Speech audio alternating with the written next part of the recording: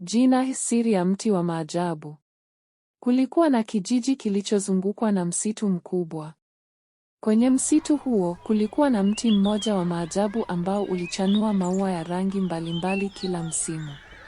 Watoto wa kijiji walipenda kucheza karibu na mti huo, lakini hakuna aliyewahi kugundua siri yake. Siku moja, mtoto mdogo aitwaye Amani alipata kijitabu kidogo chini ya mti huo.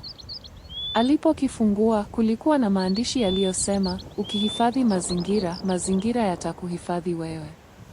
Amani aliamua kujaribu maana ya maneno hayo. Akaanza kusafisha taka zilizotupwa karibu na mti, akapanda miche mipya na kuwahimiza watoto wenzake waache kukata matawi ovyo. Cha ajabu, kila walivyotunza mazingira, mti ule ulizidi kutoa maua yenye harufu nzuri na hata matunda matamu ambayo hayakuwahi kutokea. Funzo: mazingira yanatufaa zaidi pale tunapoyatunza.